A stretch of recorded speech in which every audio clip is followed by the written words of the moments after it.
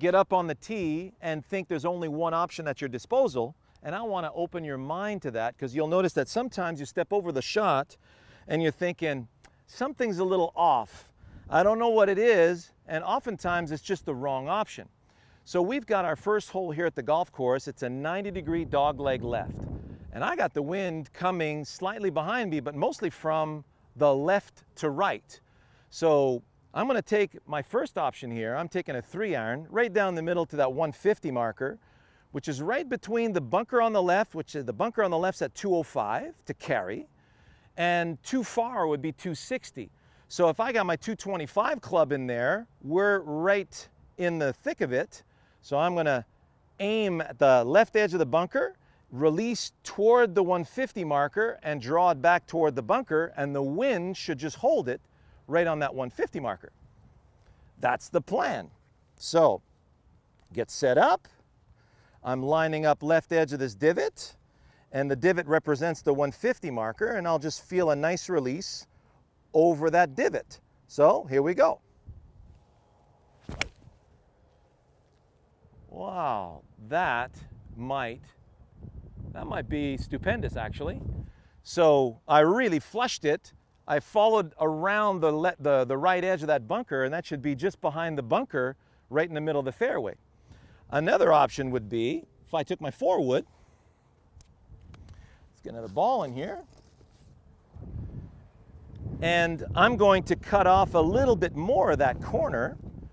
So this time, I'm going to aim left of the bunker, release over the bunker, and let it draw around the corner, and I should be right up next to that 100-yard marker.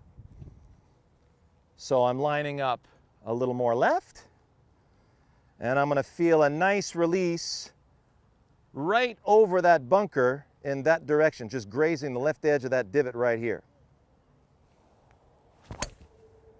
Oh, that's perfect. That should be really good.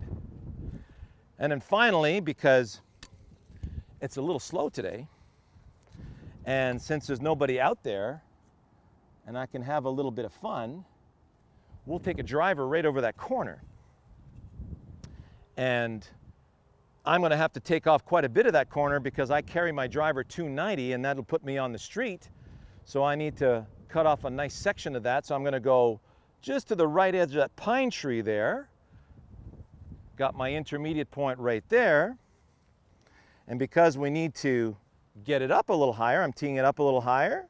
I'm seeing the dandelion stem that I'm going to be cutting through.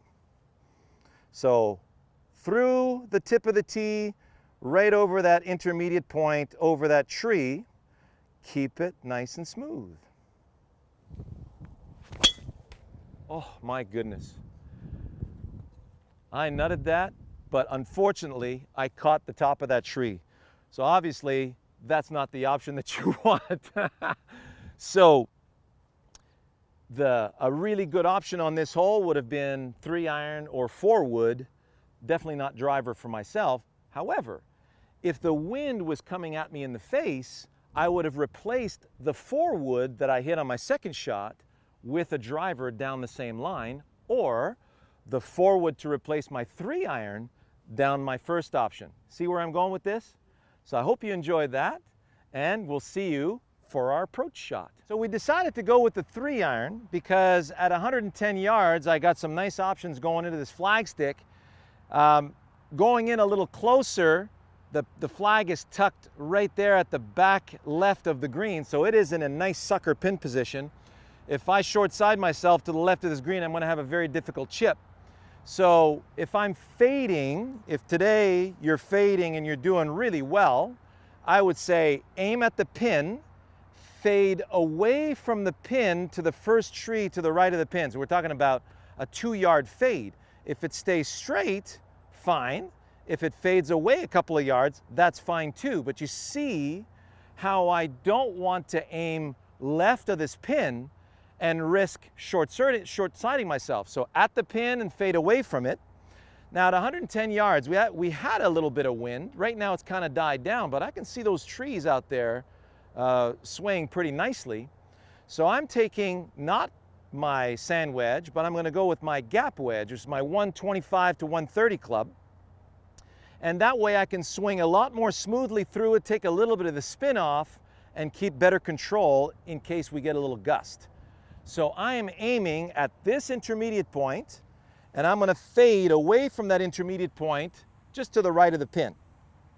So ball a hair forward to center, club face just a hair less closed than the draw, and I'm going to feel a nice smooth cut through the dandelion stem over that divot. Check. Oh, that's looking good.